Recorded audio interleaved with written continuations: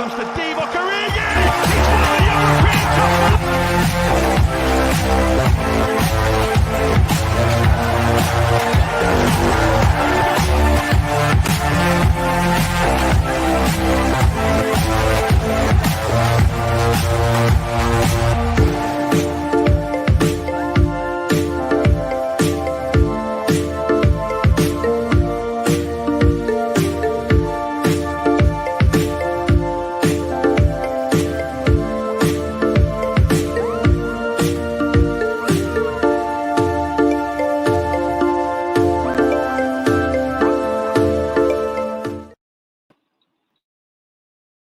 Hello, welcome back on this beautiful Sunday evening. Perhaps something not eventful, perhaps, but it's still nonetheless a beautiful Sunday evening. Thank you for watching the KOPTALK.my. I'm Sena, Captain Sena, the founder and the host for your show. So we've got a nice little show lined up and some brilliant speakers from across Malaysia and also from across the borders today. Let's just get into it. But before that, I would like to just say thank you again for supporting the show. This is episode 14. So please continue to support us. We appreciate it. It's a show by the fans and for all. So please like, subscribe, follow on Facebook, YouTube, Instagram, and Twitter. You see it right here. You see it right here. You see it right here. All right. So without further ado, let me introduce our first speaker of the day, my main man, a familiar face here, Mr. Dave B. All right. A member of the Nogori Sembilan Red Junks Liverpool movement. Thank you, Dave, for joining us today. Yep. All right.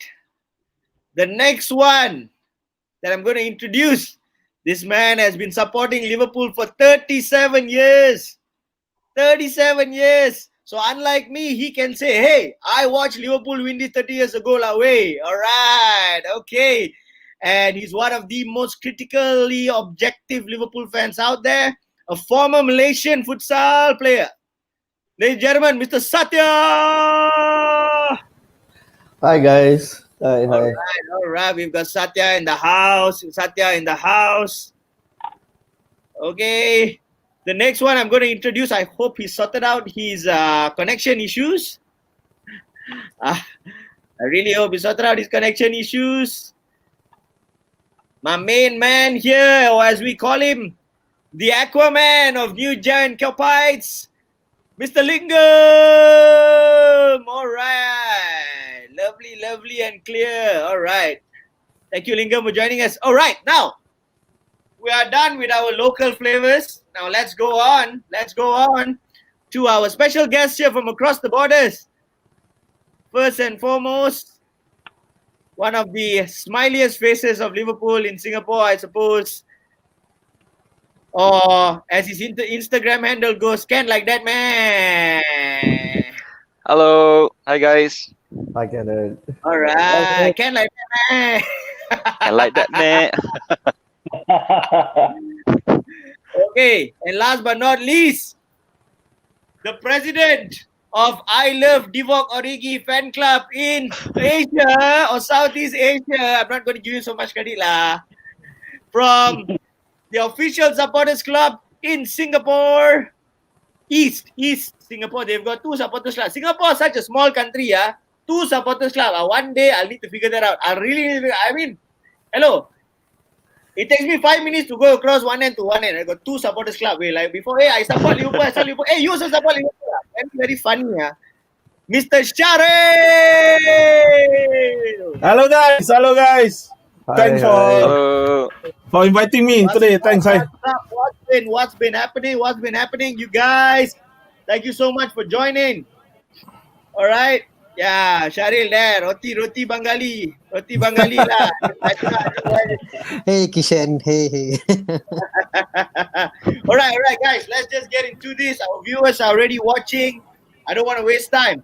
Again, thank you for watching Top Talk. all of you guys, please ask questions. Please comment as you watch the show. If you got some tough questions, don't worry. We've got a tough guy today in Satya to take those questions. Anyway, Aston Villa versus LFC. All right. Boring game? Boring game? What do you guys think? A boring game here. Lingam, what do you think? Boring game? First half was pretty bad, I would say. But we tremendously improved in the second half.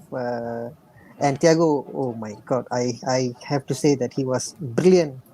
45 minutes played and he won the man of the match award for the match. I mean, for his performance in the second half. Okay. It was really, really good. Brilliant And- beyond brilliant, huh? Brilliant Yeah. beyond brilliant. And his So passes are just... I've got something to since we've got Satya here, I'm going to ask you a question. Yep. Lingam, I'm not going to ask Yeah. Satya, but it's a question because Satya is here. Because Satya is here, it's a question, but I'm going to ask Lingam to answer. This is just to infuriate Satya. Satya, you cannot answer this question. You cannot answer this question. No matter how much you want to answer, you cannot answer. Lingam, Yes. I ask you, Tell me. at Tell their me. prime, Uh-huh. who is better? Thiago Alcantara or Steven Gerrard? Oh my Not, God. not, not Oh even a my question. God. Not even a debate. Stevie G all the way. Oh!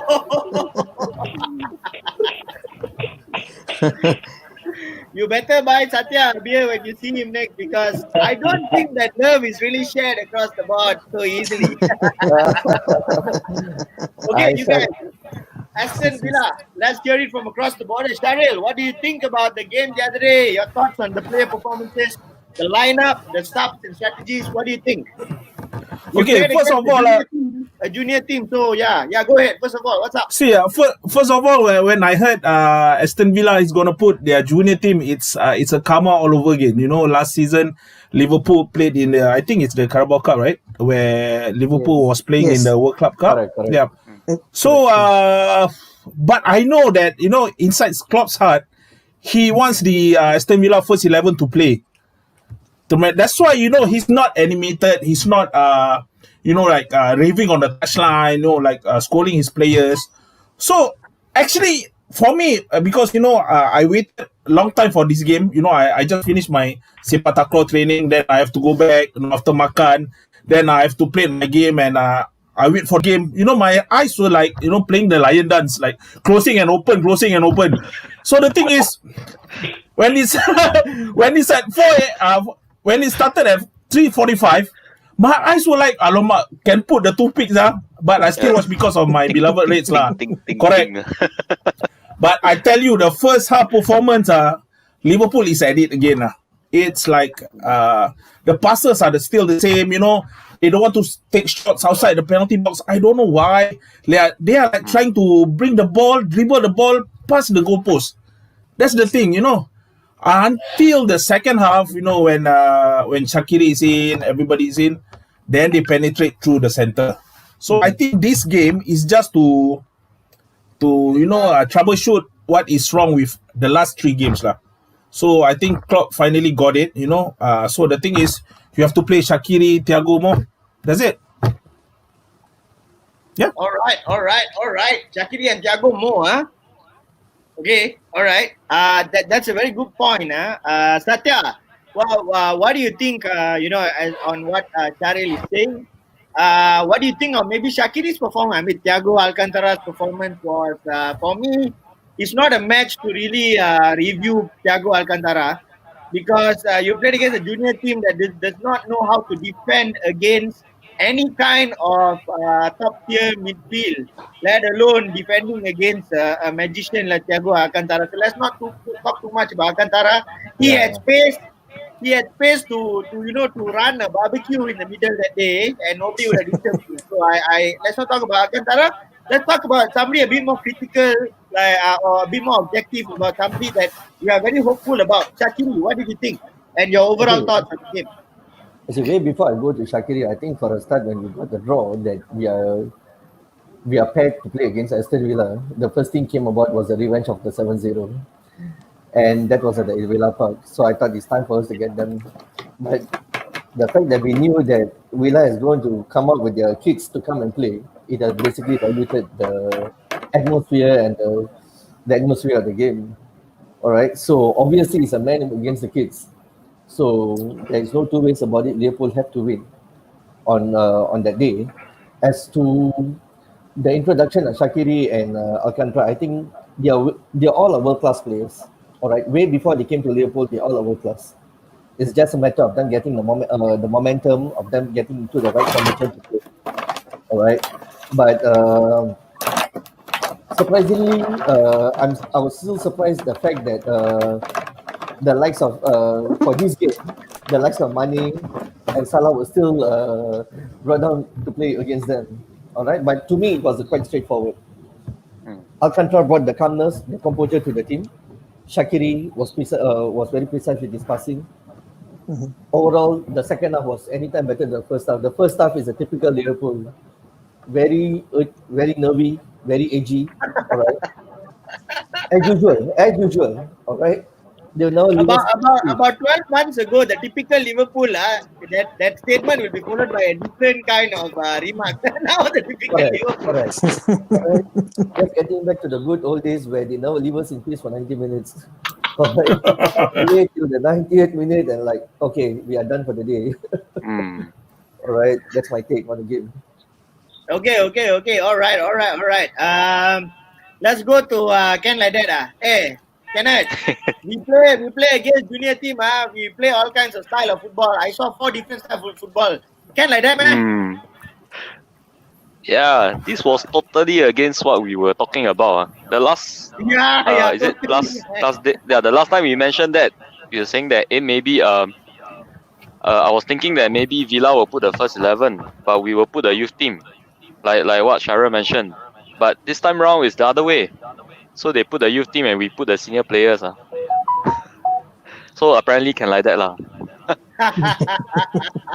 Yeah, I just want to mention about the Thiago his passing. Actually, he reminds me of someone. He reminds me of Alonso. Yep. Zabi. Yeah. His passing 100%. is superb. Oh, all over the place, you know. You can see the passes before he even passes the ball. So that's the beauty of his range. Yeah, I think Alcantara got a mix of both Spanish and Brazilian blood in him. So he gets both right. He gets the passing right, he gets the vision right also. Something that only maybe Brazil only got one side. So he got both, the best of both worlds. Dave. So Dave, Thiago Alcantara, Alonso, or again just to rub it in, Steven Gerrard. Your pick. Again. I'm not going to talk about any of them now. So I'm just going to go straight into the match. Actually, I don't have a preference actually, but I'll definitely pick Steven Gerrard for that. Right. We actually started stronger than expected. It was really a strong side. I was really surprised to see Fabinho was risked into that match. We had Henderson, Wijnaldum, Mane, Salah. I mean, 6 changes from the defeat to Southampton. I thought that we clearly wants to boost the confidence or regain the momentum ahead of the United clash. I mean, I'm not sure whether he had United on his mind, but there is a fact. There is a fact here. Actually, Aston Villa's starting 11 made on that night actually had 5 more appearances for Exeter than their actually Aston Villa's first team. So you can look at how young these boys are actually. So I thought that we should have started partially our under 23. In the match, we can actually see that we knew that there was 5 substitutions were allowed into the match. So there's no harm of starting under 23, and everyone goes like Klopp has disrespected the FA Cup by starting the first teamers and all these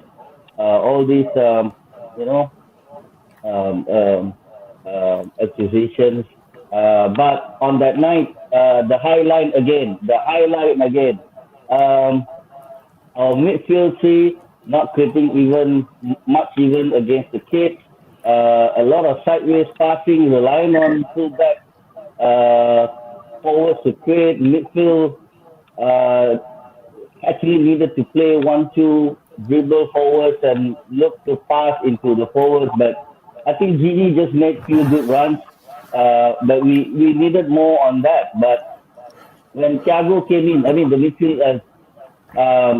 midfield were in control, it's pretty much organized. I'm not going to talk about Louis Barry's goal, the highline again. Teams have found. I said this in another show. I think on Thursday or Wednesday. Teams have found a way to neutralize our attack build up. I am definitely not happy with the lineup Klopp came up on the night. I'm not sure why, but I mean, the momentum was good for the lads. I think they should drop that into United clash next week. So I think everyone was talking about Thiago. I thought that at some point of time, Fabinho and Thiago has to get back into that mid of the park. I would like to correct you there. I didn't talk about Thiago Alcantara.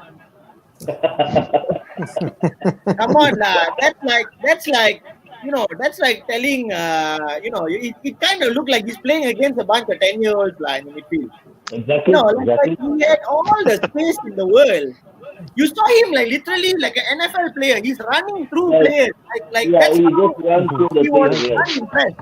So I know there's some comments that saying Klopp, some sarcastic comments here, of course, by Kitchen Balen.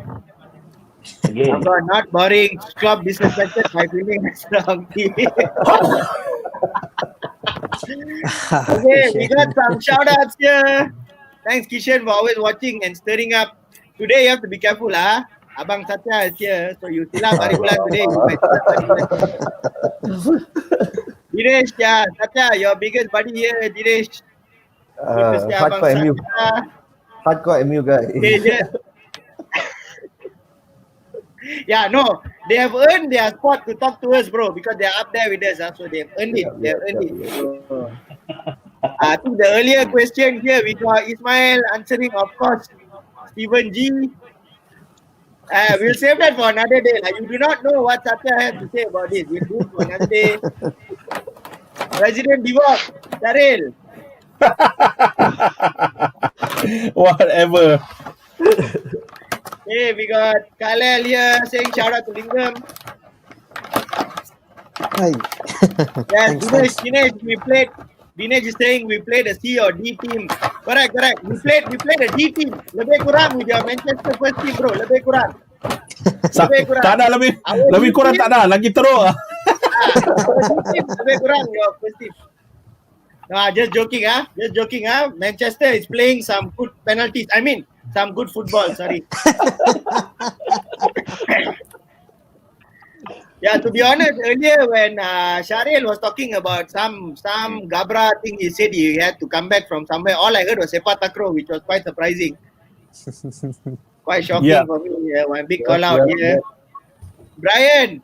Okay, Brian. I am willing to step down one show and I let Satya run one show and then you will see what I mean. Hi.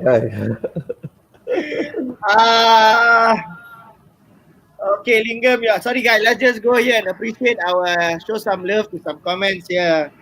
Puva is giving a big shout out to Lingam. Finally on our show, proper Liverpool fan. Yes, Thanks, Pua. Thanks, Udia. Nice one. All right. Thiago ran a barbecue, letting a one-off against. Yeah, correct. Like I said, there was a big talk here before we go into one player that I think we have to be objective about next. We'll talk about Reece Williams and get everyone's thoughts. Thank you, Dinesh, for watching. Ruben is a shout out here for Lingan. Lingan, a lot of fans today. Yeah, Ruben. Cool. Lingan fan club. Thanks, guys. Thank you for watching, Nazran Azli. Bila kita boleh jemput you ke show ini? Sila PM tepi. Okay, that's about it. We've got some good shout outs here. Oh, one nice comment here. Shakir has become exotic commodity. Exotic commodity. Exotic. Let that penetrate my skull for a while. Exotic commodity. When he plays, we got a different kind of magic. Manu, Basa, and now Villa Juniors have been graced by his presence. First and That is true. foremost, I don't think the Manu fans appreciate you using the term menu, but it's okay since you're a Liverpool fan.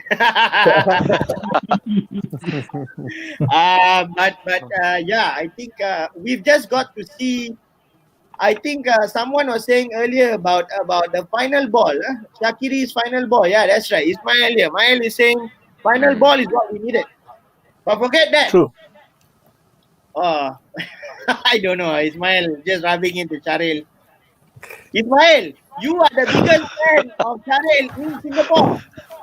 This fella always amuse me. You know, in Belgium, Charil's biggest fan is Divock Origi. Do you know that? Only in Belgium, not in Liverpool. Only in Belgium, yes. Belgium. Okay, all right. Okay, guys, let's go into the next topic here. Very, very critical topic. I think is the point where the goal went in. In my opinion, Reece Williams had moments. He had moments that day. Okay, he had moments that day, but I don't think he's still convincing enough. Although that goal the other day just kind of seemed like offside trap. Okay, they just had a perfect run to beat the offside trap. We played the high line. Okay, we played the high line like there's no tomorrow, you know. We played the high line that the pandemic is going to wipe out football and there'll be no more football in the world. We are playing the high line. So, what do you guys think about Reece Williams? I think he was decent. Was at fault for the goal, but I think Gomez and also Matip have been caught off guard with that kind of through balls earlier. I mean before. So yeah, I mean he's still a very young chap. I think he will improve and learn from this. But overall, he had a decent game, and I was very happy with his performance. All right. Okay. Lingam playing safe. Okay. No, not safe at all. I'm giving my comments for. Yeah, genuinely, Reece Williams. So, would you start Reece Williams in the next game? Not against Man United. I'll stick with. We are playing a Lebih Kurang team the next game. So, would you start Reece Williams again? Okay, not next game because it's a tough one, and I'd stick with Fabinho and Henderson as a centre back. Yeah, that's what we started. Yeah. Whoa. Okay. All right. We have no choice. We have no choice. I feel. All right. If Matip is back, yes, I would be happy to have him. Okay. That's obvious pick. So first choice would be Matip if he's back lah. Yeah, of course. All right. Okay. Emma, we'll talk more about the United game next week when we have the United review. Let's go to Satya. Your thoughts? So he has a potential to go far. All right, you can see the way he plays, the way he intercepts. I think he is there. I think it's just a matter of a couple of games or about 1 or 2 seasons. All he needs to do is get one experienced defender to guide him, the likes of Matip or Van Dijk. I think he'll go far. But the goal against Aston Villa, he was off guard. He was literally in a different position. Hence, he was not able to get hold of the guy who was running even faster than him. If the positioning was right, I think he would have been able to intercept. Yeah. Totally a wrong position. But you learn. I think there was one or two seasons ago when Marcus Rashford scored against Liverpool. I think Alexander Trent was on the off position. Right, I think it was a split of a second. I think he learned from there. I'm very sure this guy also will learn. All right. It was not a costly mistake. Yeah, exactly. It was not costly. We seem very composed in the second half, lah. Okay, but let's see what happens. There's a lot of hope on this guy. Kenneth, what do you think? Can like that, man? Let go that kind of goal. Wow. Yeah, you see, I watched the replay and they slow it down, and it seems that he was tricked by the movement of the striker. So I mean, I agree with Satya there lah. This kind of thing, they probably need some experience and exposure, and then over time they know that what is the movement like. It's easier to identify. And he sort of like the moment he gonna go past, you see he like give up a bit. He don't want to chase that much. So this part I think he also has to learn how to really track back and really like Van Dijk that go after that tackle. Yeah. But interestingly, I don't think Henderson will start centre back like what Lingam said. Maybe we might see even Milner. Milner. James Milner can play anywhere. He might be centre back next. I think our last show, was it me who said that maybe we'll put Hendo in goal and Milner in centre back or something. At the rate we are going, it doesn't quite make sense how we're rotating play. But I guess, like what we say, perhaps is needed. Sharil, there's a comment here. Reece lacks pace and power. Needs improvement. Certainly not a first class centre back to win the title back. I think that means he's talking about this season or the future. Yes. So your roundup on Reece Williams, please. Okay, for my view on Reece Williams, one thing is because of the defense of Liverpool, they are playing zonal marking, right? So Reece Williams has this stature of he's the same as if you remember Sami Ipia back then. Okay, Big Sam, he's very tall, but he's very slow. But the thing is, he reads the game very wisely, you know. He no needs to go for runs, you know. He knows when the ball is going, long balls from opponents. So the thing is about Reece Williams, he will be good if Van Dijk is back. You know, Van Dijk is very commanding, you know, very influenced in the defense. You know, he will replicate Van Dijk's movement now. So I think give him time. But I would love to see him play against United. So with the likes of Martial, Rashford, and Bruno Fernandes, you know, it's okay for him to play. It's okay for him to make one or two mistakes so that he can learn. So with his kind of play, I think he'll be a great future for Liverpool. So I'm backing him all the way to be our next Sami Ipia. Yep. Okay.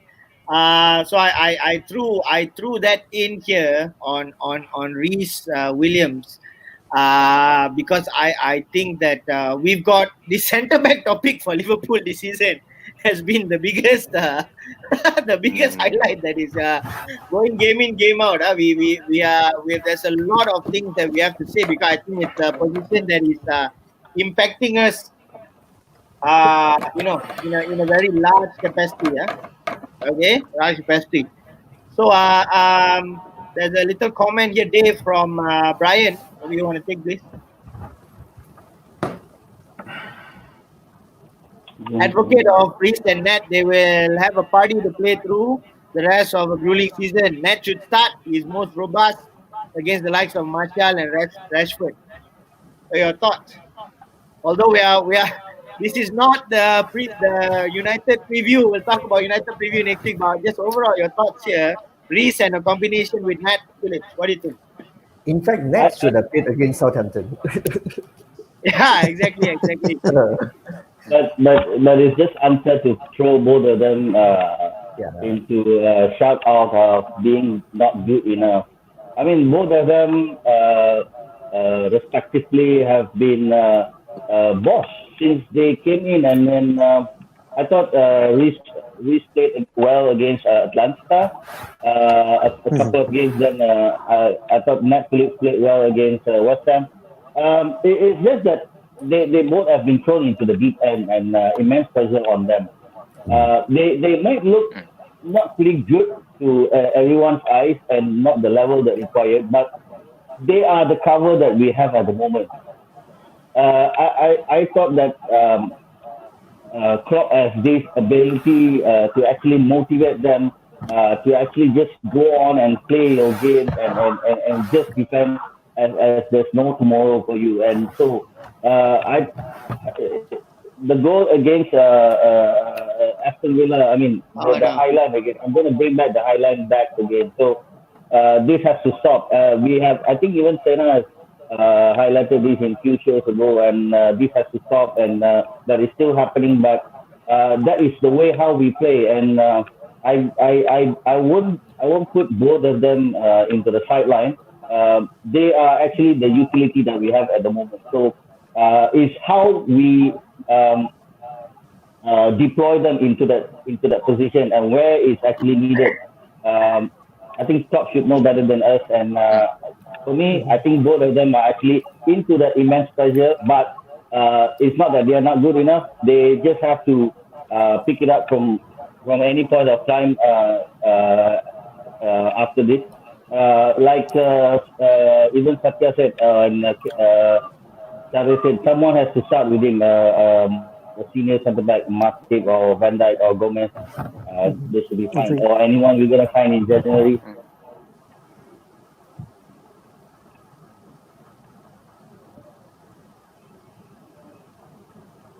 Okay, I think we. Yeah, that's about it. All right, That's all right. about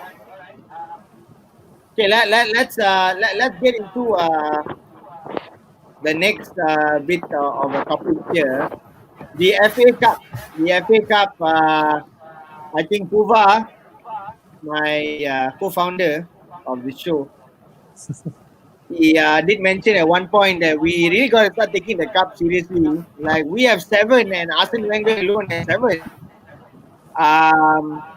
So let's go to Kenneth here. Do you think this is the season? We finally have a good run in the FA Cup.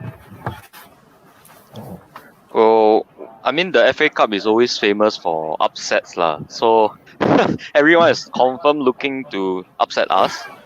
That's for sure. And of course, it will be nice. It will be nice we can win the FA Cup. But I guess the priority for Klopp would probably be retaining the Premier League, lah. That's my gut feel, lah. Yeah. So you kind of feel that he's still not going to take the cup seriously, lah. In other words. But why is that? Why is that? We are finally we are okay. Our centre back issues aside. Satya, what do you think? Centre back issues aside, I think we've built some pretty solid depth in the team. If we want to say we had a pretty heavy December, I think a number of teams had a pretty heavy December. So a number of teams have had pretty heavy fixtures, and a good number of teams are pretty well beat up and tired also in terms of exhaustion and burnouts. So it's kind of a fair play. So do you think that this season actually we've got not much of a reason or excuse should we not do well in the FA Cup? What are your thoughts here? I think the excuse of injuries, short of centre backs, over congestion of fixtures, we are not the only one. Okay, almost everyone. Exactly. All right. To say that, so even to say that we got a lot of players on the injury list. So what? You are supposed to prepare your team at the end of the day. All right. We were so happy when other teams are having injury problems. So it's time that we others also will have the same thing with us. But look, the good side is with the loss of Van Dijk came the likes of Rhys Williams and Nathan Phillips. Otherwise, we would not have known their existence. Today, you have actually paired them with, if you can pair them for a couple of games with good centre backs, one day or another time when the likes of Matip is moving away, you have already have a ready-made centre back. You don't even need to market for one because even Gomez is there. All right. So these are the times where you need to give somebody else a chance to come up, and somehow they will make their way into the team. All right. As to whether Liverpool should take FA Cup seriously or not, I think it's a question where every Premier League need to ask where's the money is. Yeah. All right. Once upon a time, FA Cup is a cup that everybody wants to be in. Why? Because it's a ticket to Europe. Today, nobody wants to go in because it's just another trophy in the cabinet. If you give FA Cup today a ticket to Europe, you will see the first 11 of all the teams. They will be playing right from the start until the end. It's kind of like saying that you might as well remove all the Premier League teams and make FA Cup another level of a league in England or something like that. Thanks to the money that's being provided by the broadcasters. All right. Because FA Cup gives you a ticket to Europe once upon a time. You can afford to have your first 11 there. You would love to see your first 11 there, and they will be parading their first 11 there. Right after the quarterfinals, the semi-final, you You still see fringe players. All right. So at the end of the day, what's the motivation? What the club wants. That's the thing. That's my take. Okay, okay, all right. That's one thought here. Then you get Ismail saying the treble is still possible. Yeah, but that boils down to whether we are going to be taking it seriously. So Kenneth's got a comment here. Will there be any joint winner in our FA Cup? Can like that, man? Oh yo, you never say never. Huh? You never thought that COVID would disrupt football that much, right? So you never know. You never know. You never know. Dinesh goes on to take a pinch at Satya here about his own definition of what the FA Cup is. It's not a very important cup. But then again, in England, England is a country that is full of history, and everybody lives about history. And that's why here in Malaysia, history is an SPM subject, because we are also from the British rule previously. And I think Liverpool is the team that appreciates history. We are definitely a team that appreciates history. You know, I mean, unlike Manchester, they are now only they're learning about history. Manchester fans now only learning about history. We've always known about history. So I think that considering it is a prestigious cup, What are your thoughts? Let me just pull out here my buddy Puva or Lincoln and my buddy Puva here talking about this. 128-year history. We won it only 7 times. Wenger alone won it 7 times for Arsenal. Always pace display. We never took FA Cup seriously. I hope we go all out this season. Because in terms of the bragging rights, of silverware, that's one of it that makes the treble. I remember 2001. We won the UEFA, Correct. or that time was the UEFA Cup. We won the Europa, we won the FA Cup, we won the League Cup. When we said it was a treble, wow, all United fans came and said, "Hey, you keep quiet, that's not treble. Hey, that's not treble, You keep quiet. You shut up now. Go there, go to the side. Go play far away. That's not treble. Don't say treble. mini treble. Means, Premier That one League, not major treble. Premier League, FA Cup. Okay, that is a treble, Then last season we win the international treble. You get international. Hey, you. Hey, what is this? What international treble? We also don't know, international treble. United fell last season like that. Hey, what's that? What's that? Okay. So let's hear it from Singapore man here, Cheryl. What do you think here? Okay, you see, Klopp has been in Liverpool almost 6 years. He built a team to win championship trophies. He wants to go for the best cups. I don't think FA Cup is his priority, unless if he's going for the treble history lah. Like you say lah, Man U treble history nah. Maybe if he's going for that, then I support Liverpool going for the FA Cup. But as a whole, as a Liverpool itself, FA Cup and Champions League, which one you prefer? Of course, the Champions League.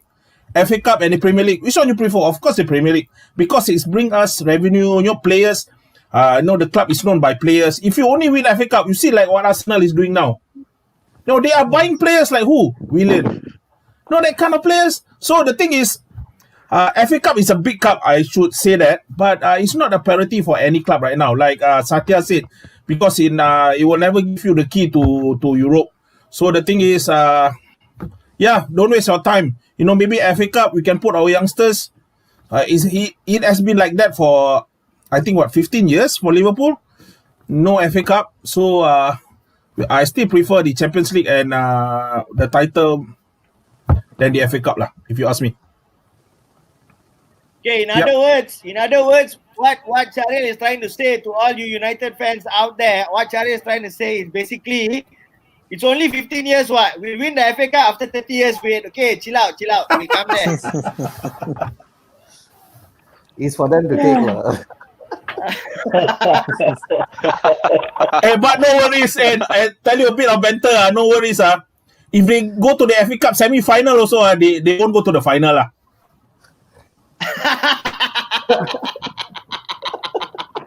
Yeah. OGS history. Or Because semi-finals their only. mentality is semi-final is already final. They don't know what is semi. Oops.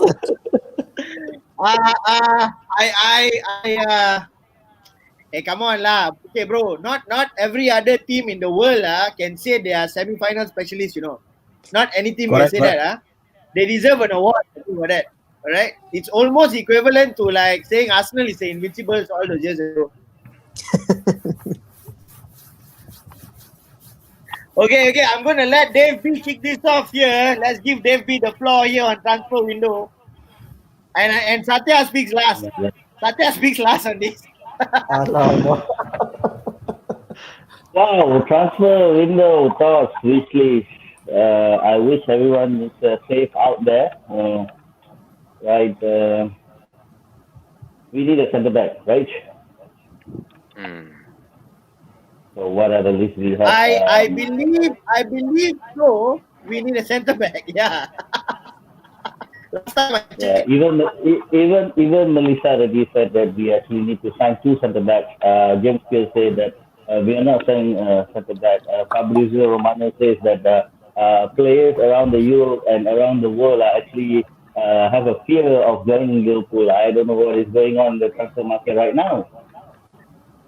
And the names that came up a few weeks ago, Sven Botman, Bremer, and we had David Alaba. I mean, David Alaba most certainly not joining Liverpool.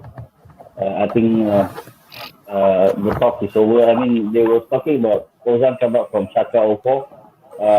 The only at the moment, the only link which is not dead at the moment, which is quite quiet at the moment, is Sven Botman from Lille.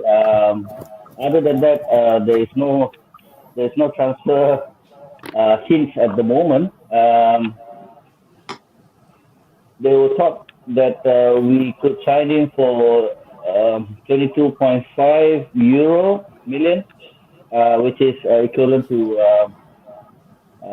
25, I think 20 or 20, 22, I think 2021 pounds sterling, 21 million pounds sterling, and there is something else that we can actually look at is we don't have to go away from the domestic league itself. Probably we can look at centre backs from any Premier League club. We can look at Westergaard or James Tarkowski. I mean, Tarkowski is just 50 million, but it's just way excessive. Westergaard, or again, we are not going to go for Southampton, are we? There's not much at the moment. There's no more movement. There's no, because Klopp, it seems like he's quite happy with what he has. He's just going to continue with what he has. I mean, we might not know, because when Klopp says that we're not signing someone, actually we will sign someone. Because that's the way he goes. So that's the way it goes. At the moment, I think we have a topic on GINI as well. So it depends on if GINI, Origi, if they were to go in January or even next summer, then we might find a centre back. Origi is a sensitive topic. With Sharil here is a sensitive topic. Origi leaving sensitive topic. Don't pick on Sharil. Yeah, I know, but that's the reality, Sharil. I don't know whether how you see this as a non-issue, but it's certainly that Origi needs a game time. He needs to be on the first 11. He is a winner. He is a scorer. He is a poacher. He is an opportunity. So this guy has to get into a team that he can actually start every game season long. So I concur with you. Yeah, correct. And it's not that you sit in the bench and you warm the bench and you just get paid for nothing. That you, I mean, it actually shadows everything that you have done over the few seasons. So it all depends now on GINI and Origi. But if I hope that there's a rumors about GINI that leaving as well, but I don't think it's actually we'll come to GINI. We'll come to GINI shortly. let's go to Lingam. Lingam, there's this comment here, Lingam. You all need Diego Costa from Vinod Krishnan Kuti here, the host of our All United show. Why we need Diego Costa? He's already answered why. To score goal, to earn penalties that club is urging to have. So what do you think here? Can I actually say a bad word here? No. I have done all my best to tell Sakila this show is rated PG-13, PG-13. PG-13. 12 or 13. Diego Costa. Diego Costa. That's a good one, actually. No, we don't have to. I mean, we only need VAR and also the referee to actually look at how the decisions are correctly. We don't need Diego Costa or divers to actually earn us penalties, you see. So that's aside. Transfer window.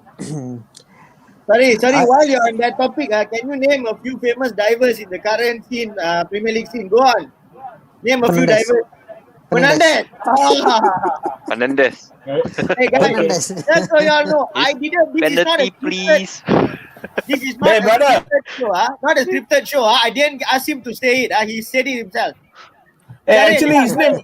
Actually, his name is not Fernandez.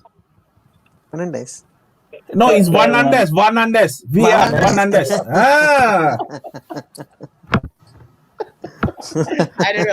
I don't know where this is coming from. I guys, not me. Lingam, go on, Lingam.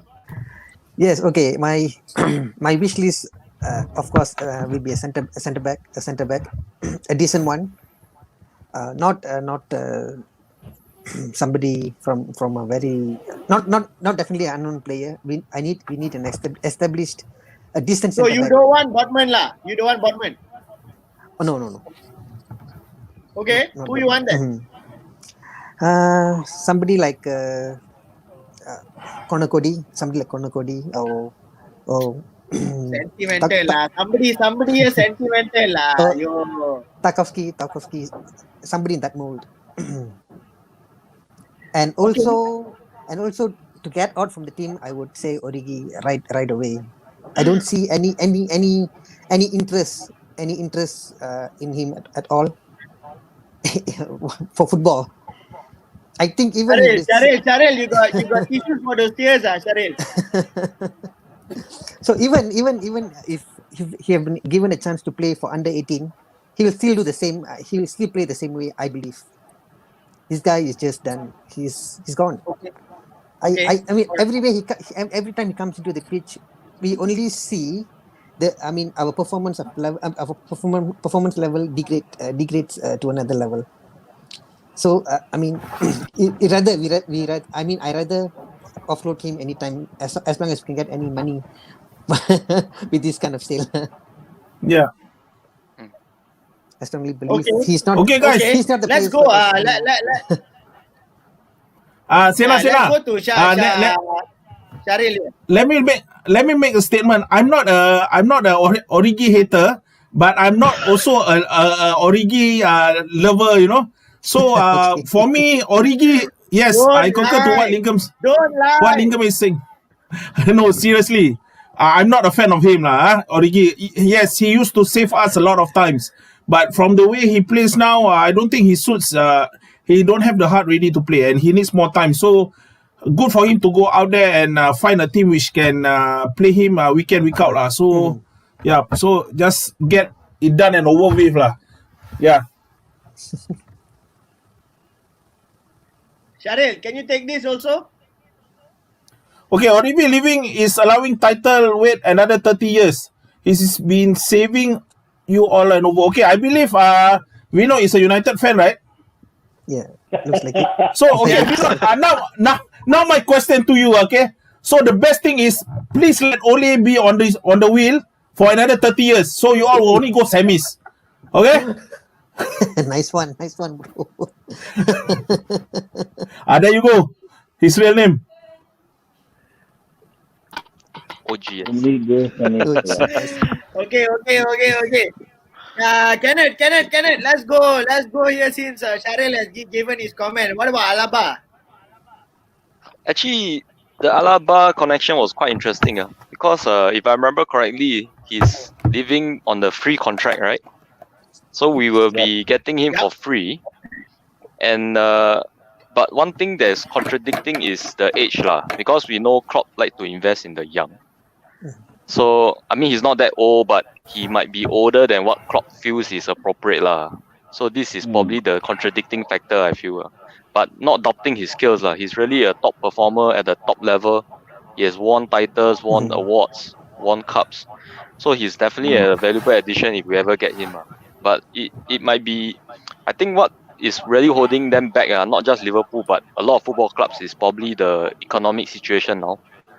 Are they willing to spend so many zeros on the player without having fans and revenue back in the stadium, fans back in the stadium, or the revenue coming in? So that is a big question mark, I guess, for our transfer window as well lah. Instead of Alaba, right, what I actually think might be suitable signings, right, could include some other Bundesliga defenders. I've been watching some of their teams, and I think there's like players like Willy Orban. I think he's actually quite good and quite comfortable on the ball. Then there's also Marcus Ginter. These players are quite young, relatively young, but once again, it depends on whether Klopp feels is appropriate lah to his addition to the squad lah. You really think it's going to bring value? I think for their age and for their level, it's a step up. At the same time, it's adding value to our team, because now we need centre backs. You're talking about long run, or you're talking about the current season? About securing, I think earlier we talked about securing the back-to-back Premier League is important. Is that going to, are these signings going to contribute objectively towards that? I think now the situation is that we need someone to fill in the gap while Van Dijk is not in. But at the same time, we also need to look to the future, right? So in this case, we need someone who is able to bring in value, but also to grow at the level where we can, it goes up to the improved performance, a champion's performance level. So I mean, that being said, Alaba will be the best stopgap lah, but it will not be for the future lor. Yeah. Okay. I want your thoughts quickly, because Sharil here, and I guess the timing, No, it's okay. The Origi topic is getting a lot of traction. Origi, despite anything, is fans' favorite. Rather hard to see walk away, but GINI on the other, really up to yourself. We'll talk about GINI later, Amir. Looking for new chair, typical for an excuse, but no player bigger than the club. By the way, just Dave. There's another comment here from Puva, which is funny. Football is without Origi is nothing, but reality is Liverpool with Origi is nothing. So, That's it, bro. Kenneth, That's it. Kenneth, your thoughts on Origi? Well, I scared after I say Origi, Shahril beat me up. It's okay lah. Okay, joking. To be fair, the odds are 1/6 lah, because the other 4 of us are in Malaysia. So Shahril the closest to you. You better be there, Shahril.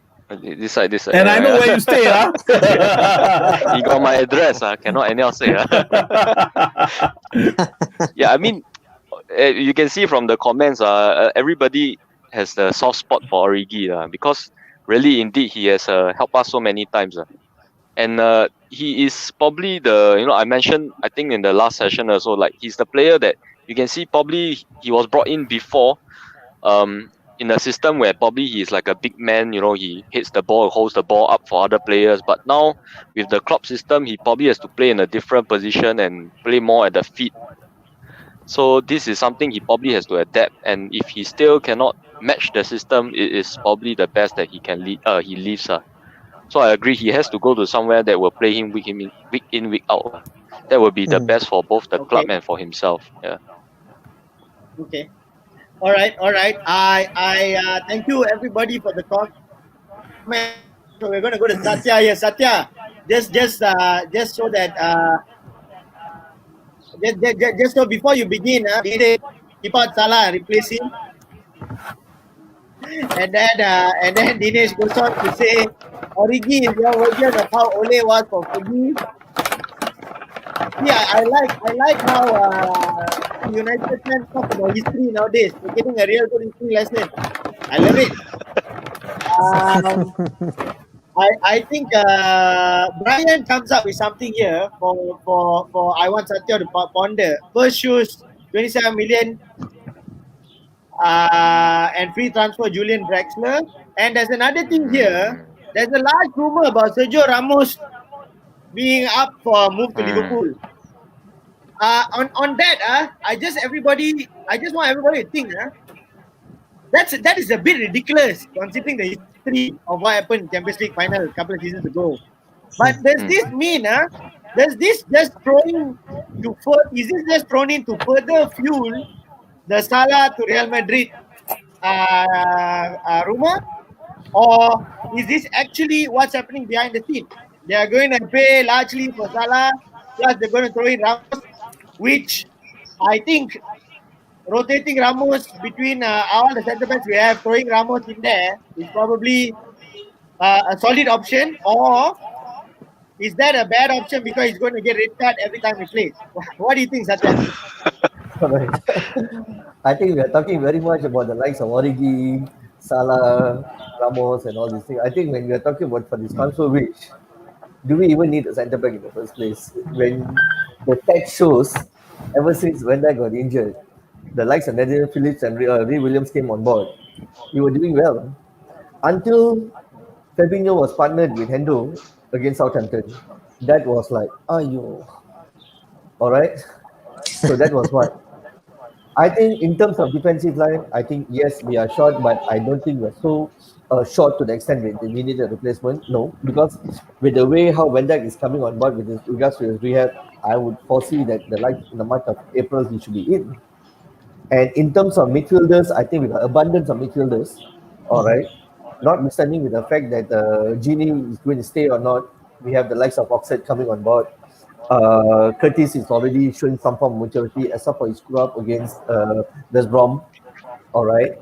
Then I think what we need is another striker to give some form of pressure to the likes of Mane, Firmino, and Salah, because I think some form of fatigueness has gone into them.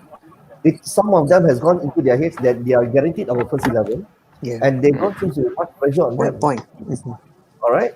So one more striker, I'm very sure they will shape up. All right. And Origi, way before Klopp came on board, all right, he was bought by Brendan Rodgers. He was shining in 2010 World Cup. If I'm not sure whether World Cup or Euro, he did well, and he was a target man. World Cup. All right, he was a target man. So the formation was there for him to hold on, to make sure that everybody comes into the play and he releases the ball, and there you go. Whereas Klopp is has a different formation altogether. The front three are all workaholics, press, and press. Origi is not going to do that. So it's totally a different formation. It's not that Origi is a bad player. It's just that he's not able to suit to the formation. Against Barcelona, he came because Salah was injured. Yeah. Okay. So he provided what it does. So it is no fault of him. But I think if you want to offload, he seems to be a surplus to me at the moment. All right. But I think we need another striker. And I think Diego Costa, why not? He's a different animal altogether. Normally the defenders will bully the strikers. This is one of those guys who bully the defenders. All right. So some form of strength, some form of aggression, because we feel that our strikers are sometimes a bit lightweight. That's my take on it. Okay. I guess Dinesh here could be almost spot on. We'll see end of January. No need any signing, and I think that statement is partnered with. There was a very nice tier one from Kitchen. Breaking Liverpool sign nobody knew from Vasco to nobody. So they're probably not selling that. What the hell? Some confirmed Man U fan, right? Man U fan. No. He's actually the biggest comedian Liverpool fan that we have here. So let's go into the next topic. I guess transfer like what everybody said, like what I said. Do we need a centre back? Satya just came and rounded it up. Whether we'll get any other, actually, but he brought in a view where that we might get reinforcements in other positions. I really do not know whether we will, but I really don't think centre back is what we want to talk about, lah. I really don't think so. I think we don't need to go there. Okay, let's start again with Sharil. Gini Wijnaldum for the longest time, and it's become absolutely tiring lah. Okay, yeah, we know the guys on 70k pounds, 75k pounds per week. All right, that's probably what they pay the ball pickers at Old Trafford. Yeah, we understand that. Okay, so we just need to be so long running behind his back, rallying and saying the club will offer an improved contract with more money, with a longer term. Then Liverpool comes out with something, and he suddenly says no. I think Klopp did everything that he could, played him, game out, gave him his way. I think Thiago getting injured helped for him to just completely seal his position in the team. When we featured Thiago the other day versus Southampton, we featured him alongside to see whether they can bring a different dynamics to the game, which I thought was wrong because they kind of have the same movements. Although they play different flavor of football, they have the same movements. What do you think here? Now he goes and rejects the contract. I think all of us here can agree. I think all of us here can agree with my next statement.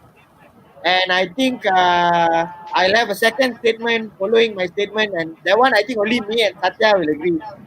Nobody is bigger than the club. 100%. My first statement. All of us agree? 100%. Yeah. All right. Yeah. My next statement is that includes Steven Gerrard. I think only me and Satya agree here.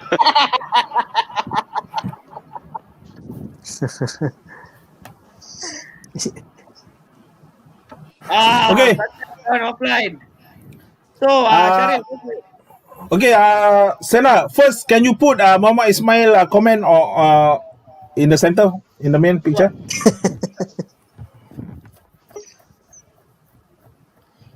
Hold on. Let me bring Satya back online.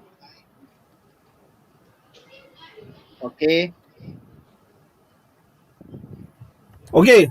He says that I'm a Spain fan, but I'm not biased on my thoughts. Okay, he's getting at me for this question because as they all know that I'm a big Ori fan, Holland fan. Okay, but the thing is, I will not go bias on this thing now. Okay, my thoughts about Gini Wijnaldum. Okay, for the past few seasons, he has always been the unsung hero of Liverpool. So nobody recognize him. He's the one who takes the midfield. He's the one who takes the game, read the game. Covering up and down. So he didn't get the recognition what he's supposed to. Okay, for his contract now. So he is with his bestie Van Dijk at Liverpool already. So and he's trying to get the pay to come into Liverpool. So the thing is, maybe his contract is not what up to his expectation because of the way he played. That's one thing, and the other thing about Michael Edwards and Liverpool, they are like Moneyball. They are saving money on contracts and players. So what he demands, he didn't get as for now. But I tell you the truth, I think he will sign the contract, but not now, just to hype things up. Maybe Liverpool to give another big contract, might never know. But if we still loses him, I think that's not the end of the season for Liverpool. Because Liverpool got the likes of Alcantara's there. Even Jones is coming up.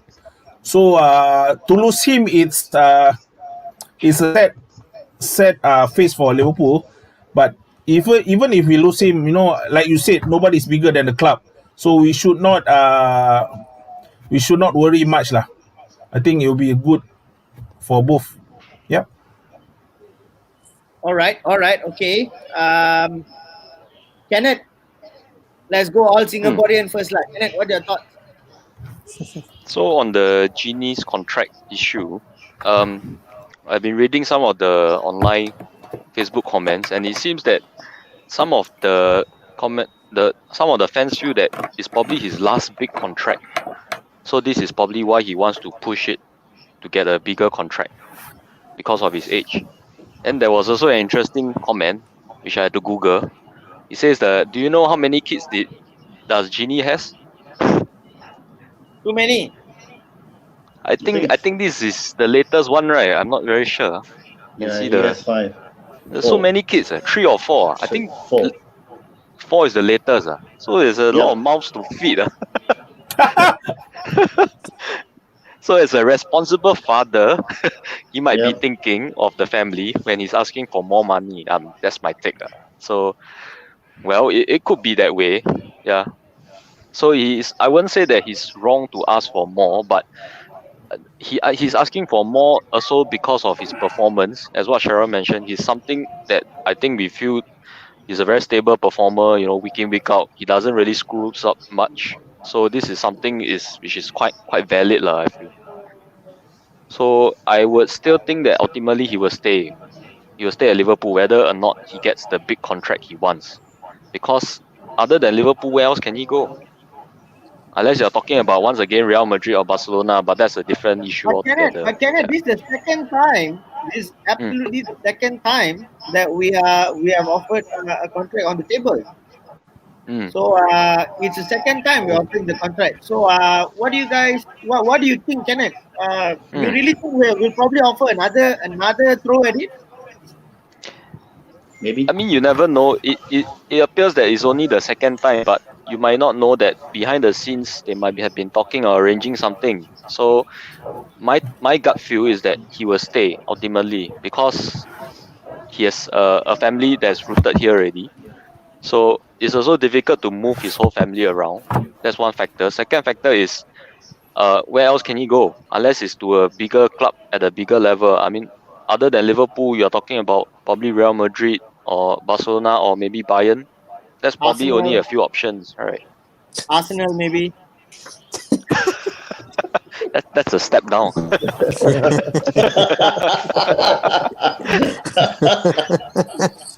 don't know. I got a lot of Arsenal fans who probably watch the show, so I just had to throw that in. Okay, thanks, Kenneth, for your views there.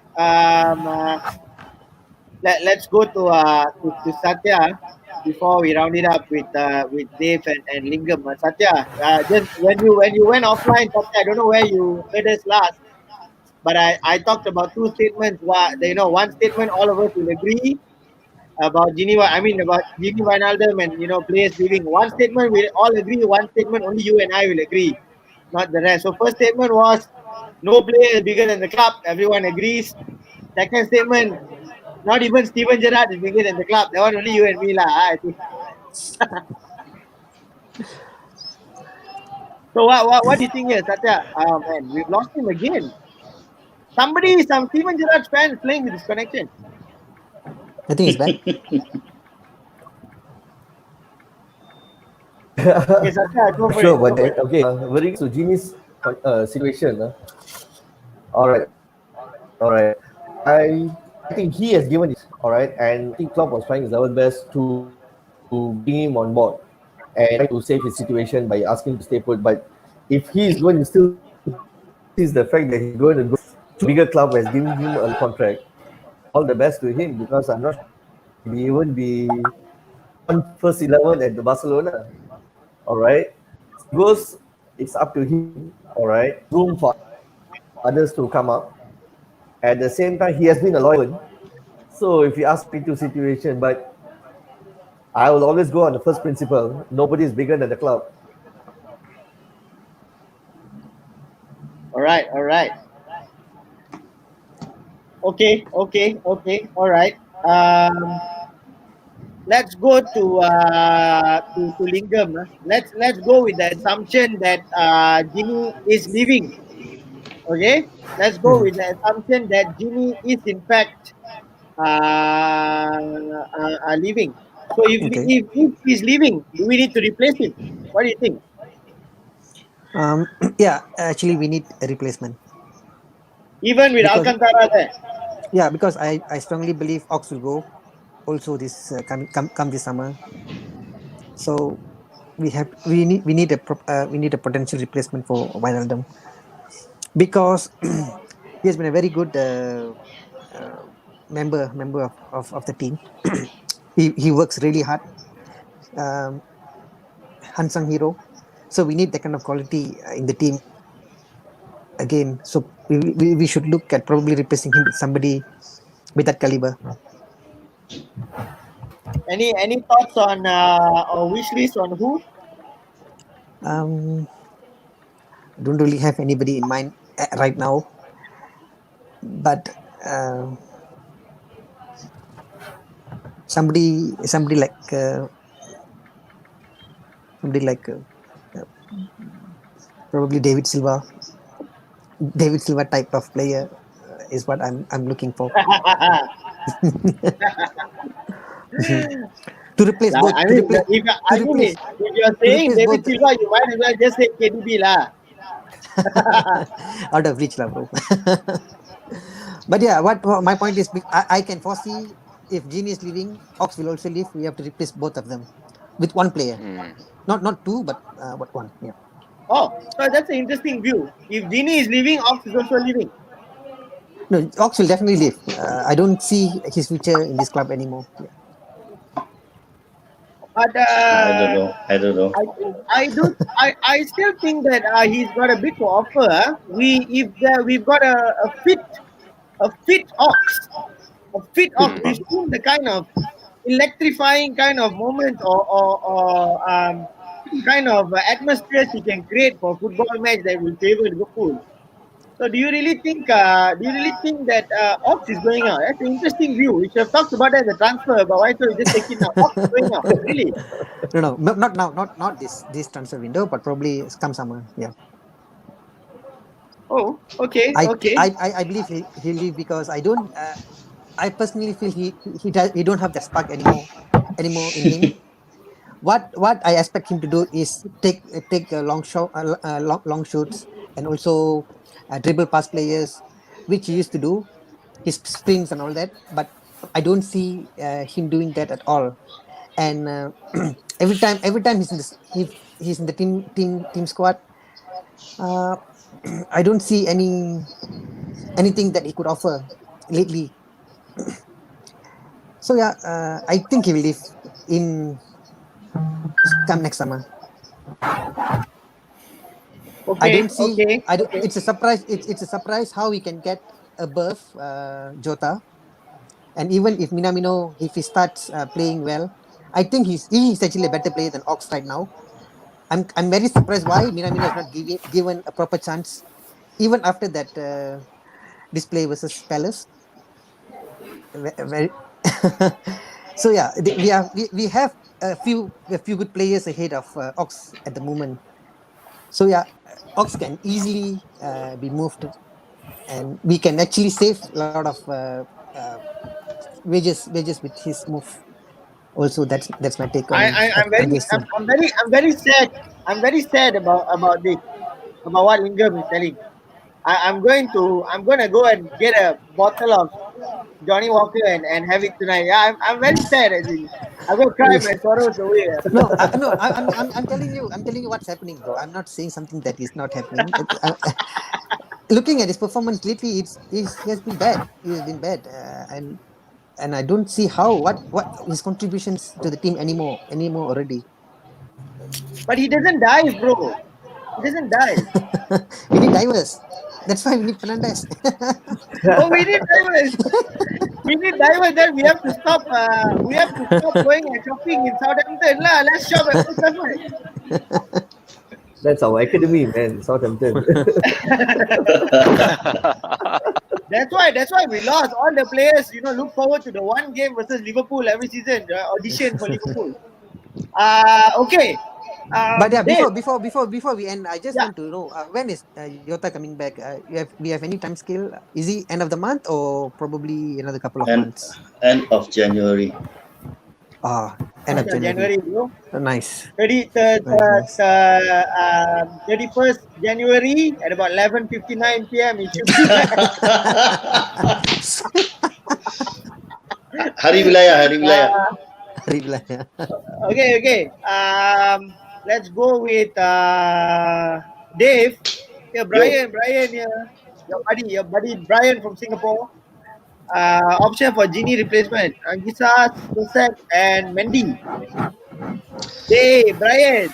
Mendy, Yeah, all you don't talk lah. Them they are in the running for the title lah, bro. Where got Mendy lah? No chance, man. No chance. Dave, what do you think? I think West all Ham these three. current situation, maybe we can say. Maybe. What do you think? Yeah, I mean, Sochak is actually doing a great job actually. I have a few questions here actually about GINI's departure, so-called departure. He was so delighted that when Thiago came into Liverpool, I mean, when Thiago signed for Liverpool, was he actually built as a replacement of GINI? I mean, that's one question. And then even if GINI stays, we can assume that they actually both could do a great partnership in that mid of the park. And probably GINI thinks that he's a bit of a luxury player in many ways. He has that good work rate, defensive stats, great passings and stuff like that. But on the other hand, probably GINI is the jack of all trades, or jack of all trades, similar to James Milner, that he can actually play in a range of positions. But lately, I think for the past 4 months, I think there's been a lot of distractions on GINI moving away from Liverpool. We could actually see when there's something heated up for the entire week, we could have actually see GINI actually performing quite badly on that match day or on the week. But now, since there is no talk about him moving away from Liverpool, even there's a lot of reports saying that he had actually rejected the tabled contract. But I think GINI still has a lot of things to offer. I mean, where he doesn't where he could go. I mean, he's actually topping his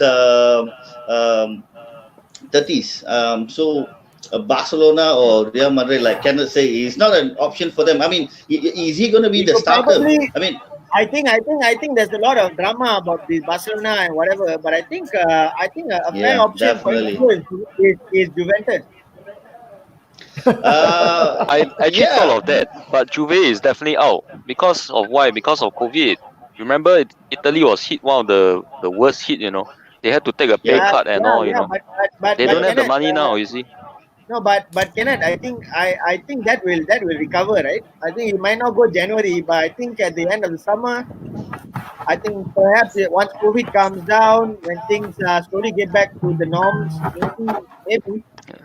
I mean, to be optimistic, that would be the way lah. But looking at it realistically, I don't think they have the financial capability at the moment without retaining their own players first. Yeah. I mean, if we look at having GINI, I mean, just offer him what he wants. Just give him what he wants. Like Kenneth said, he has family to feed. Just offer him what he wants. He has been available throughout the difficult periods. We had like lack of players, and he was there all the time. He was available all the time. I mean, we actually would be very happy to see someone who's actually available for the week or for the match day, instead of someone who's actually injured in the training, lost their shoulders or dislocated shoulders. We can take Naby Keita as an example. So just offer him what he wants. Try to tie him up here, and he and Thiago will be a perfect match. Okay. All right. Let's. I've got a comment here. Where is it? Just for Satya to take on here. John McGinn. replacing GINI. But I just have to say it for the record, and I think Satya can second me here. I don't see another contract offer being put on the table, and I don't think we should. I don't think we should. Because I think you guys all got it right. It is the pandemic time. It is the pandemic time. So what we are offering for our in-house players in terms of a contract, and we've offered 2 contracts on the table. He rejected both. I think he's got to understand the time. Okay, and yeah, I understand he's got a lot of kids, and I got a daughter too, bro, 1-year-old daughter. So I think Satya will say got 2 kids, so we are all struggling with the time, and I I just don't see. Yeah, bro, I know you got family. I don't. Next time, put a cap on it, lah. I don't know, lah. What are we trying to say here? That he's got a lot of kids. Go to France and wear a French cap. I don't know. Is that what it is? He's going to have another kid with? What a man. I mean, it is a better contract. Come on, lah. It doesn't make sense. So, I think enough. I think enough is enough. You don't want the contract, you go. You know that contract, you go, lah. Yeah, you don't want the contract, then you go. Well, I'm done. So, Satya, what do you think? Yeah. The case offered, it was offered and turned it down. Enough did offer him second time. It only club one terms. Alright. So to respect, GINI also checked the surrounding circumstances, the pandemic, the situation that we are in, not normal it was used to, and you go to Barcelona, you are not even assured 11. Here, the playing time, you have top stress. Club is giving you a contract. You can continue with your family here, as good as apa lagi you mau. Exactly. So what do you think? What about John? Sorry, Lingam. Sorry. Yeah, but from what I read, guys, GINI is looking for a long-term contract with Liverpool. That is the stumbling block here. So, do you think signing him up for another 4 years will make sense? So probably that's what I think the every club player. is actually looking. Yeah, go on, bro. Go on. I think Lingam, you're right. The moment you're hitting 30, I think players are looking for security. All right, they want to have a longer term. But as far as the club is concerned, they want to make sure that do they have a resale value thereafter. So it's a commercial decision versus a personal decision. Which one triumphs at the end of the day? All right. So the club wants to have a shorter term versus the player wants a longer term. Somebody has to make a cut there. It is a painful decision, let me tell you. GINI has been a loyal servant, no doubt about it. At the end of the day, there has to be some form of decision, or it might be a commercial decision. Yes, it's painful, but at all times, the fact remains the club offered him a contract. I know there are some players where players was not even offered a contract. I believe some of them would have followed up with Frank Lampard. When Frank Lampard, even he was a loyal servant, but even then, he had the difficulty of getting a long-term contract. He had to go on a 1-year rolling contract every year. Even though he was the blue-eyed boy, Roman Abramovich. they all have to earn it. I think Kishan agrees with you and corrected you here. It's basically apa lancar you mau. Okay lah, I wanted to say that lah, I didn't want to. No. Let's not go into vulgarities here. Let's not go into vulgarities here until we talk about the United game preview. Satya was being polite. Off record, Satya is bad, full honesty, no filter. Yeah, bro, he's just warming up. I told him this is the warm-up show, so don't worry. I'm having difficulty to filter some of my words now, so just... Yeah. So Lingam, would I sign GINI Wijnaldum for 4 years contract? Yeah. No, I would. You would? Okay. If I was the CEO of Kashima Antlers in the Tokyo League. Okay. So yeah, what makes sense to all parties could be 2 years contract with 2 years contract upfront, and then renewable contract after that will make sense. Not upfront 4 years straight away. Doesn't Yeah, make sense. yeah. And I think the pandemic. I really think John Henry and FSG are real ballers in the current state of football post pandemic and financial impacts in football. Mm-hmm. Like what John Henry is talking about his money ball policies, he's been telling this is what it is. Like I know he doesn't quite It is what it is. understand the numbers in the financial state of football, and he said that it's becoming a bit ridiculous. So, like I said, we joked about a player that's probably going to be $1 billion signing, $1 billion signing in the next couple of seasons. But I think the pandemic has thrown some normality back in terms of the Mm-hmm. dollar values that are being thrown around, floated in the transfer market. So that's probably a good thing here. So I do think that we have to be realistic. I think a new norm is if you're between the age of 30 to 32, you're probably going to be offered a 1 to 2 year contract extension at best. For starters, you prove yourself every couple of years, and then we look at renewals. That's going to be what it is. So I think that's where we're gonna head towards. Sharil, Mm-hmm. Yeah. Brian is talking about Ismail Sarr. We may have forgotten about him. So off topic here. What do you think? Okay, just now I just read on something on Ismail Sarr. A Premier League club is interested in Ismail Sarr, but I forgot which team lah. Okay, Watford. the thing is Spurs, is it? Watford. Watford, Yeah. Yeah, no. I know he's playing with Watford now. No, But but as a team interested in him. yes, there's a team interested in him. But I forgot which team just now I read lah. So the thing is about Ismail Sarr, do we really need him as a backup or first 11? That is my question. So if to replace GINI with Ismail Sarr, I don't think that's the right position lah. But Ismail Sarr is just someone who we got Minamino and we got Shaqiri. So we buy Ismail Sarr unless he's for the future lah. That's about it lah. Okay, all right. That's a fair statement there, Sharil. I think before we wrap up, there's one interesting comment here from Brian. This end season we will lose Mili. Check off the possibilities. Keta is on a knife edge. Keta is under the knife, lah, bro. Always injured, seeing a doctor under the knife. So in my view, GINI and Liverpool should eventually reach an agreement to stick around. That brings me to our final topic of the day. Sorry, not this one. Where is it? Yeah. Contract ending. Future state of LSD, is it a concern?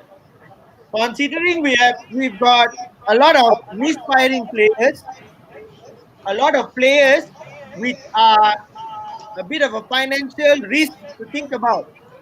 So when we say Wijnaldum, loyal servant and all that kind of things, and we've got to be objective financially in terms of long-term values and so on. I think Brian just explained about Millie. James Milner, my God. I remember one of the first ever complimented footballers by Jurgen Klopp, and what a compliment it was. The complete footballer, James Milner. I remember Jurgen Klopp said that all those years ago. So we may, in fact, nobody's talking about whether we need to offer Millie another contract. It's because Millie is a lot more senior. So you don't talk about Millie when he has been an unsung hero for Liverpool. He's been there when nobody else was. When VAR started and we were getting all the penalties in VAR, James Milner was taking it. All right, not Fernandes. The first VAR penalty ambassador was James Milner, not Fernandes. That is so United took away from us, buggers. So what do you guys think? The future state of Liverpool? Origi not there. Let's look at it. If Origi is not there, if Wijnaldum not there, if Keta not there, if Mindi not there, all right. And then on the off chance, Ox and Shaqiri also, Klopp pulls the number and lets them go for about 10 million each. What then? Let's start with Kenneth.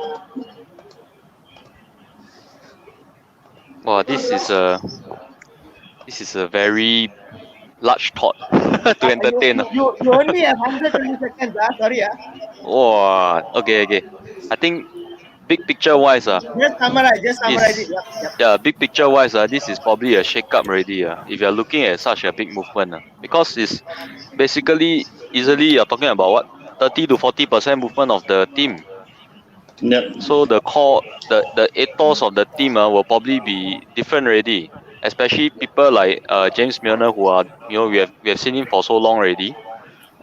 So I think definitely there will be misses. James Milner is definitely a miss. It'll be a big miss for the fans, especially. Keita maybe not so much, because he's only there recently only, you see.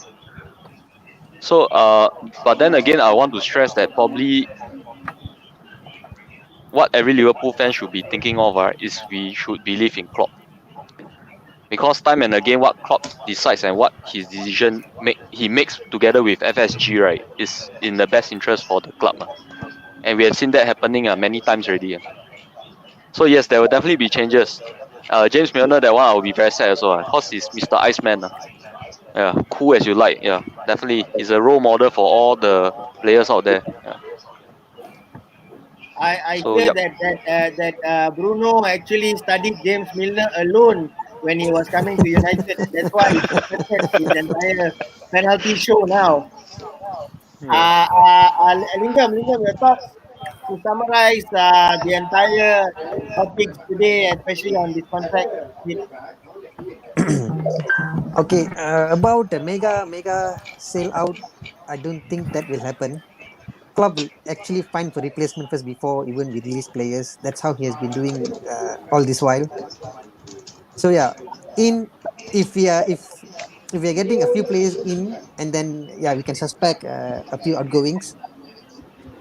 I will only stick. I will stand with my point where Origi and this guy Ox will leave, and Keita will somehow or other stay. And who's the other guy who was speaking about? Milner will definitely stay for Well, another 1 year, yeah, 1 more year, because he's cool with the renewable contract, you see. And I would happily have him for another 1 year because he's still fit and steady, and also very reliable whenever he's called upon. Okay. So Okay. yeah, All right. short Dave, and sweet. let's go to Dave before we have Sharil and Satya wrap up the show. Dave, yours please. Dave, um, 120 seconds. Dave, 120 seconds. yeah, I know. 2 minutes. I'll go similar with what Kenneth said. I mean, it'll be a big miss. Some of the players would be actually leaving, and Keita would eventually have another chance, second chance. Mhm. We might see a few big signings coming in the next summer. I mean, coming summer, there will be some players moving out, in and out. I mean, we have seen this, like what in many years that we have been supporting. So um, players go and come. So it's not a big concern at the moment, but it would be in the next summer. And what are the challenges we're going to have in the summer? I mean, we are not sure about the pandemic as well. So as I would agree with Kenneth, we leave it to Klopp. We have the trust on Klopp, and I mean, he's not the puppet of FSG, but Right. he Yeah. has his own brain. He has his own brain to think, and he knows what to do next and how to develop this squad Right. or the Mhm. club, and to bring them forward in coming seasons. I mean, while he's there. So Klopp is the best person to know all this. Nice. I don't think Klopp is the puppet of FSG, but Definitely he not. kind of Definitely not. he kind of seems like he kind of makes it seem like he's the long lost son of Henry or something like that. But to be honest, if for those people who know the class of '92 and the havoc they did in the Premier League, Klopp is a big fan of Alex Ferguson and his styles. And that's all he's doing. He wants to breed in-house players a lot more and bring them up to value. That's what Alex Ferguson. Everybody does not know this. He's the biggest maybe silent Fergie fan because he cannot talk about it because he's a Liverpool fan or whatever. But you should see how he and Fergie are so cool. He kind of silently worships the guy's style of management.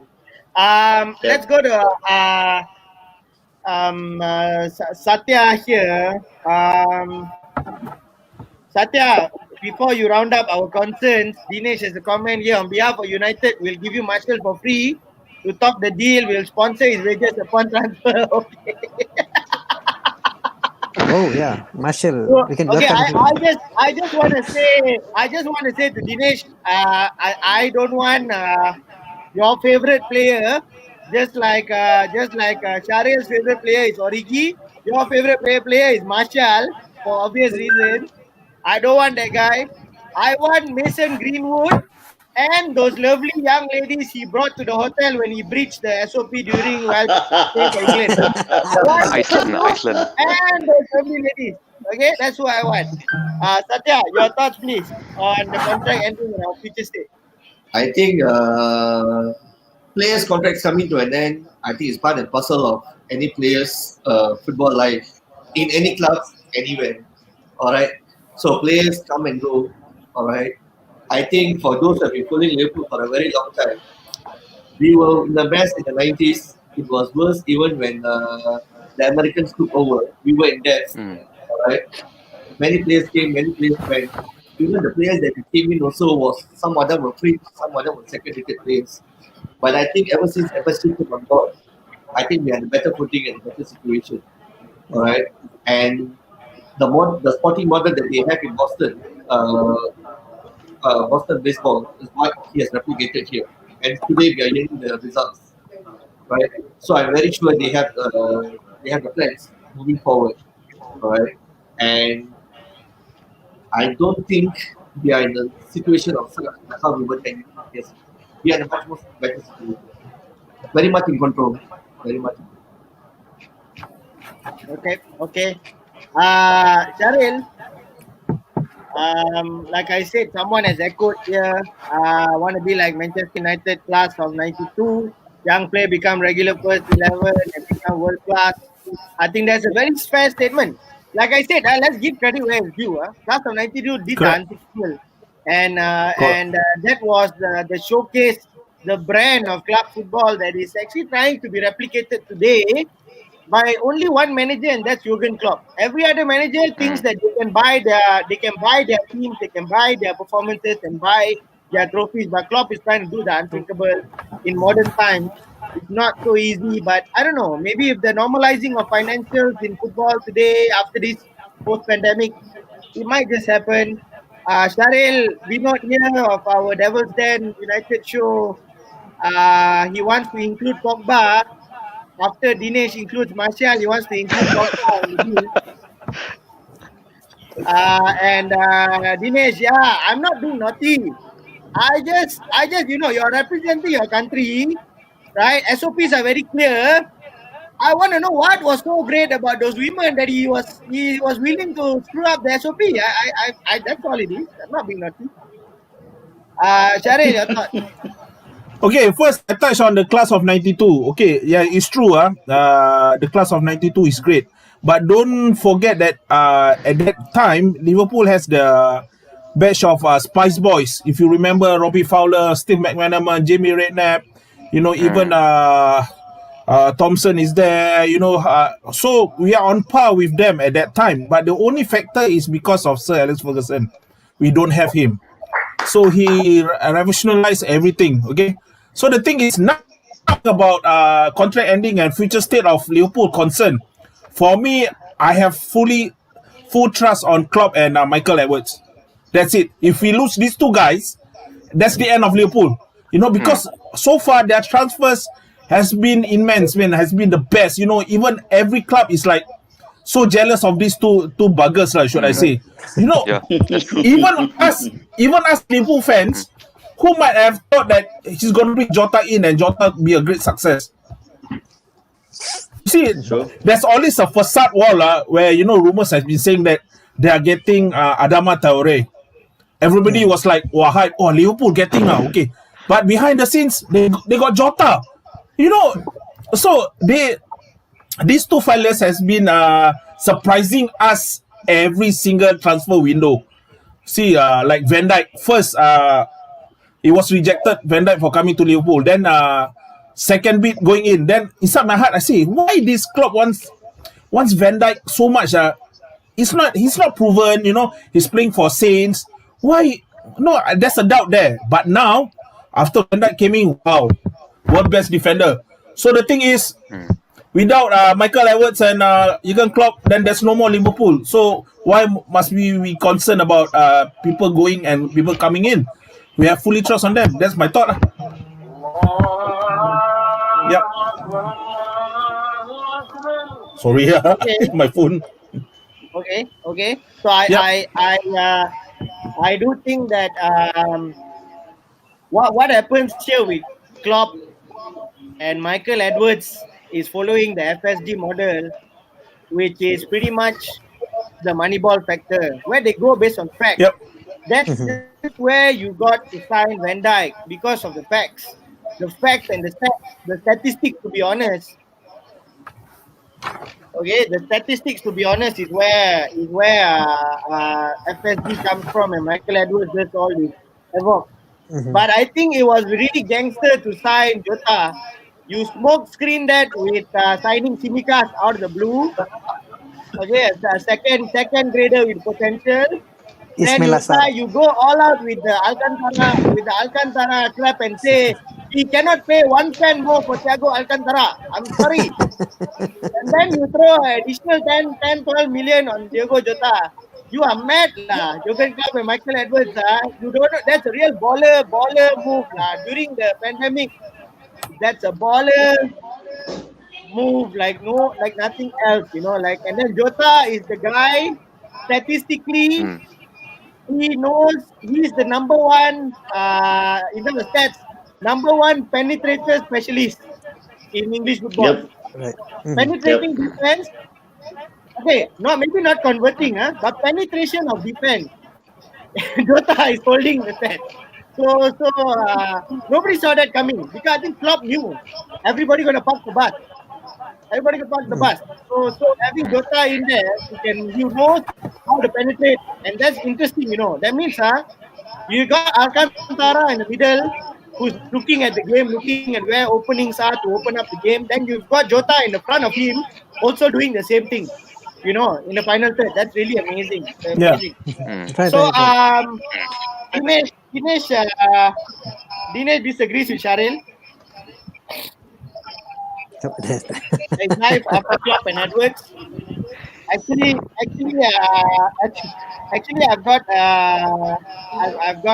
Kishan has started smoking his green, because Kishan has lost it. He started smoking his stuff already. I don't know what he's typing over here.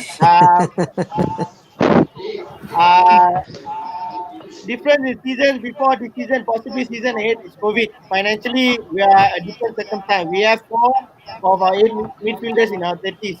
How much are we willing to spend the next 2 seasons? I wanted to say, but we'll talk about it in another show. We're going to wrap up.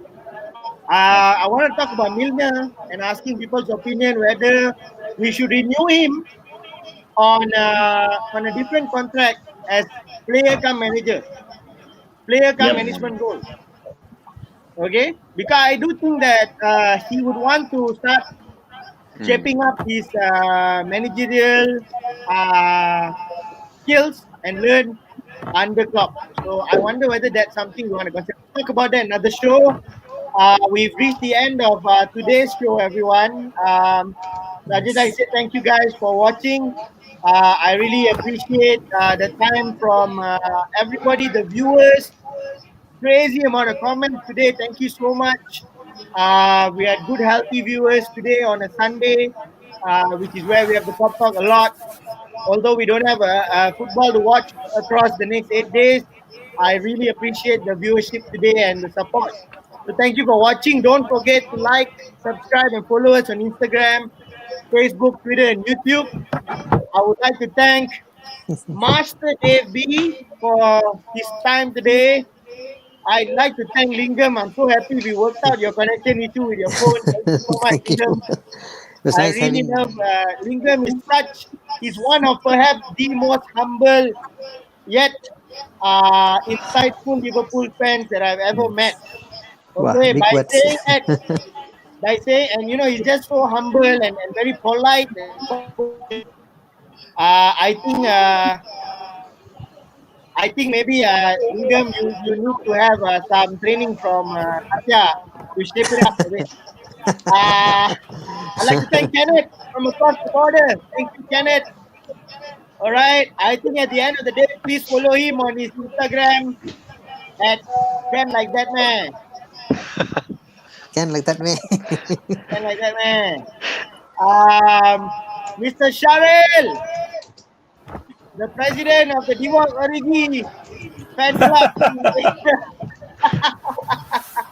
Thank you, Thanks, guys. Sharil. Thanks, Thank you problem. No problem. and a big shout out to the Singapore OLSC East Singapore official No Liverpool problem. supporters club. Thank you for letting Thank you Sharim. so much. We'll probably try to get a few others from them on the next show. Last but not least, Mr. Satya. Thank you for keeping your cool and calm for today's show. Thanks for having me, guys. Yeah. Thank you. We really appreciate your insights. As I said, we will have all of you back on this show. For those of you watching, if you want to appear on this show, just drop us a message on any of our handles, either Instagram, Facebook, Twitter, or YouTube. We're happy to talk to you and get you on the show. This is a show by the fans and for all. Otherwise, I would just like to say, ladies and gentlemen, thank you all for watching.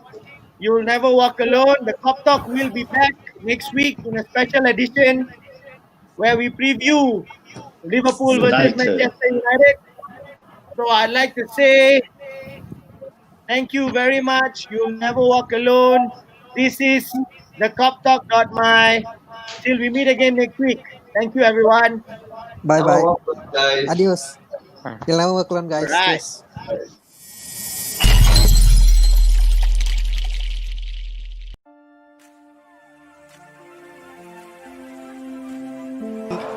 Important little touch by Eric Dyer. Oh, it comes to Divock Origi! He's won the European Cup!